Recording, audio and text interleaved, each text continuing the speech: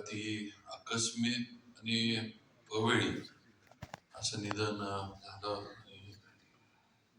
ही बातमी किंवा ही घडलेली घटना आज सुद्धा तुमच्या माझ्या आपल्या मनाला पटत नाही. ही वस्तुस्थिती आहे. लाख मारावे पण लाखाचा पोशिंदा म्हणू नये असं म्हटलं जातं. आणि महाराष्ट्रात लाखो नेतृत्व तयार करण्याचं काम हे अजितदादांनी त्यांच्या कार्यशैलीच्या माध्यमातून केलं. दादांचे अनेक पैलू होते, अनेक स्वभावाचे त्यांचे बाजू होत्या ज्या आपण सगळ्यांनी वेगवेगळ्या पद्धतीनं बघितल्यात किंवा अनुभव घेतलेले आहेत. त्यांचा स्पष्ट वक्तेपणा, वेळेला असणारं महत्व, निर्णय घेण्याची क्षमता, प्रशासनावर असणारी जबरदस्त पकड आणि आपला सहकारी, आपले कार्यकर्ते किंवा एखादं काम जर समाजहिताचं आहे आणि ते काम जर कायद्याच्या काही अडचणीमुळे जर होत नसेल किंवा काही अडचणी येत असेल तर कायदा बदलण्याची पण असणारी धमक आणि तयारी हे दादांचं काम करण्याची पद्धत होती. ही वस्तुस्थिती आपण सगळ्यांनी अनुभवलेली. हे नुसतं काम होत नाही आणि मी करू शकत नाही किंवा मला आता हे असं आहे आता मला ते करता येणार नाही अशी भूमिका नसायची. काम जर त्या समाज हिताचं असलं, त्या गावाच्या शहराच्या हिताचं असलं तर 100% ते काम झालं पाहिजे. त्याच्यासाठी काय कायद्यात बदल करायचा तो सांगा आणि त्याप्रमाणे सगळं जे आहे ते तयार करून कॅबिनेटला असं कुठं असेल तिथं तुम्ही आणा, मी करून घेतो. ही भूमिका, हे शब्द दादांचे असायचे हे आपण सगळ्यांनी अनुभवलेले आहेत. दादांची सभा म्हणजे अतिशय काटेकोरपणा सभेचा असायचा. आपण सभेची तयार होतो म्हणजे 11 म्हटले की आपली सभा 11:30, 11:45, 12. पण दादा 11ची सभा म्हणजे 11ला चला गाडीत बसा आणि सगळ्यांची पळापळ करून टाकायची अशी दादांची वेळेची त्यांची वक्तशीरपणा जो होता तो त्यांचा आपण त्या पद्धतीने करायचो. आणि अशा याच्यामध्ये मला सुद्धा भरपूर दादांनी अगदी महाराज वारल्यानंतर मी ज्या निवडणुकीमध्ये उभा राहिलो खऱ्या अर्थानं त्या निवडणुकीमध्ये ताकद जी काही मला मिळाली, जी काही दिली किंवा माझ्या माग खंबीरपणे अगदी एक मजबूत असं जर कोणी मला हे केलं असेल तर दादा माझ्या मागे होती, वस्तुस्थिती होती. महाराज वाढल्यानंतर महाराजांचा आमदार फंड शिल्लक होता, त्यांचा डोंगरी विकास निधी शिल्लक होता. निवडणुका काही लगेच होणार नव्हत्या. सुब्राव पाटील त्यावेळेला आपले कलेक्टर होते.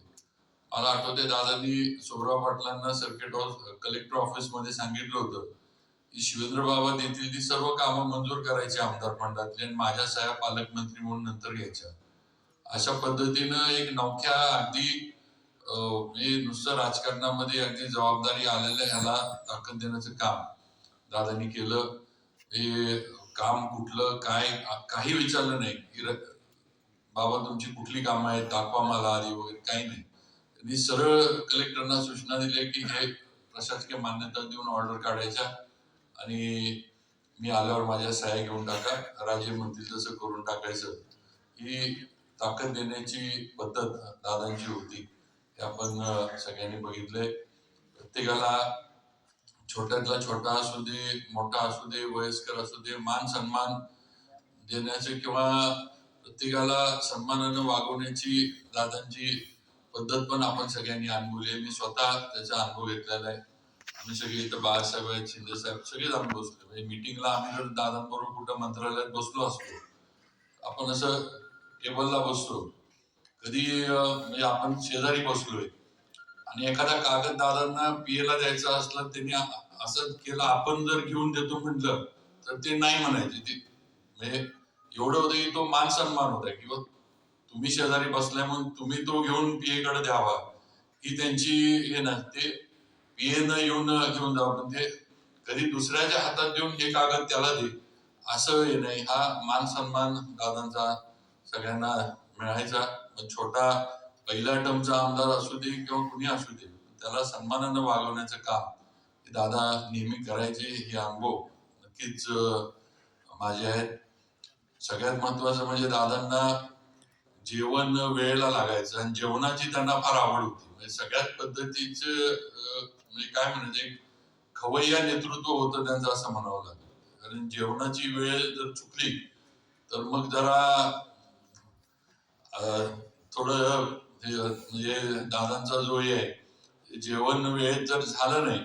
मला आठवते मी मकरंद आबा आम्ही एकदा कुठतरी आम्ही दादांबरोबर गाडीतच होतो आणि दादा आबा मी आपलं मागं बसलो होतो. दादा दादा म्हणते की मकरंद म्हणले बघ म्हणले पाहिजे तेवढ्या सभा तुझ्या करतो पण म्हणले मला जेवण वेळेत दे बाकी मला काय सांगू नको. तुझ्या पाहिजे तेवढ्या सभा करतो म्हणले पण मला जेवण वेळेत पाहिजे नाहीतर मग काय खरं नाही. हे जेवणाच्या बाबतीत दादांचं होतं.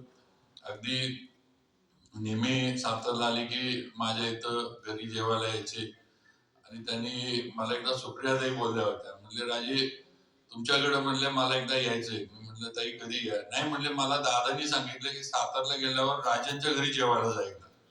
एवढं दादांचं आठवणी प्रेम आणि एवढं होतं. नंतर मी भाजपमध्ये गेलो.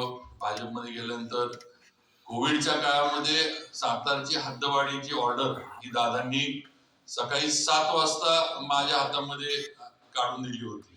हे सातारची हद्दवाढ हे भाजपमध्ये आहे विरोधी पक्षात आहे असं काही नाही. शहराच्या दृष्टीनं प्रश्न महत्वाचा होता होणं गरजेचं होतं.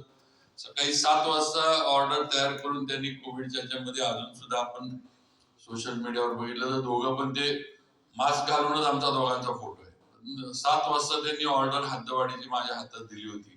हे मी या पद्धतीनं दादांचं काम होतं. आज तसं मी मगाशी म्हटलं तर अवेळी दादा गेलेत.